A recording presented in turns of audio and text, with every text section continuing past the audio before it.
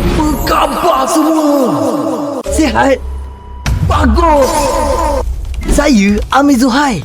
Hari ini kita akan review Monster Galaxy Card Pack Gold Impact. Yeah!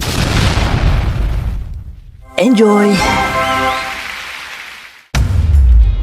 Okey, ini the pack Bold Impact edisi yang keempat.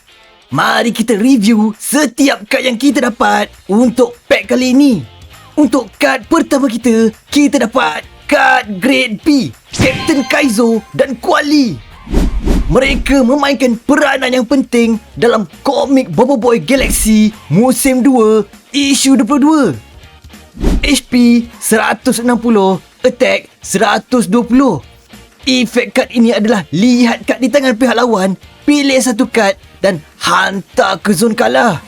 Next, kita dapat kad Grade B. Kelima, Yanari. Beliau merupakan ketua kepada puak bara di planet Baraju.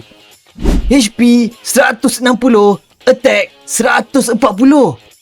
Efek kad ini adalah efek kad lawan tidak berkesan, termasuk efek dari kad sokongan. Untuk kad seterusnya, kita dapat kad Grade B, Bobo Boy Gempa. Dia merupakan kuasa evolusi elemen tanah tahap kedua. HP 140, attack 120. Tukar kad ini dengan kad jenis Bobo Boy Halilintar dan aktifkan efeknya. Jika pemain pernah menggunakan kad jenis Bobo Boy Halilintar, tukar kad ini dengan kad jenis Bobo Boy Gentar dan aktifkan efek kad tersebut. Seterusnya, kita dapat kad Grade B, Fang dan Yaya. Mereka mempunyai perwatakan yang matang dan menarik dalam komik. HP 140, attack 120. Efek kad ini adalah tolak 20 HP kad lawan setiap kali pihak lawan menang kosong. Next, kita dapat kad Grade C, Ying. Ying merupakan kawan kepada Bobo Boy dan mempunyai kuasa manipulasi masa. HP 80, attack 80. Efek kad ini adalah masukkan semua kad dari tangan pihak lawan ke dalam deck dan kocok semula. Akhir sekali, untuk kad special print, kita dapat kad Grade S, Bobo Boy Beliung.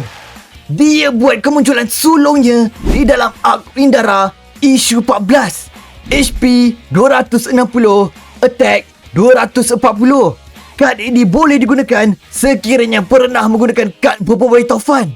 Efek kad ini adalah setiap kali kad ini tewas dalam usum, alihkan satu kad dari zon menang pihak lawan ke zon kalah. Itu saja daripada saya. Ingat ya,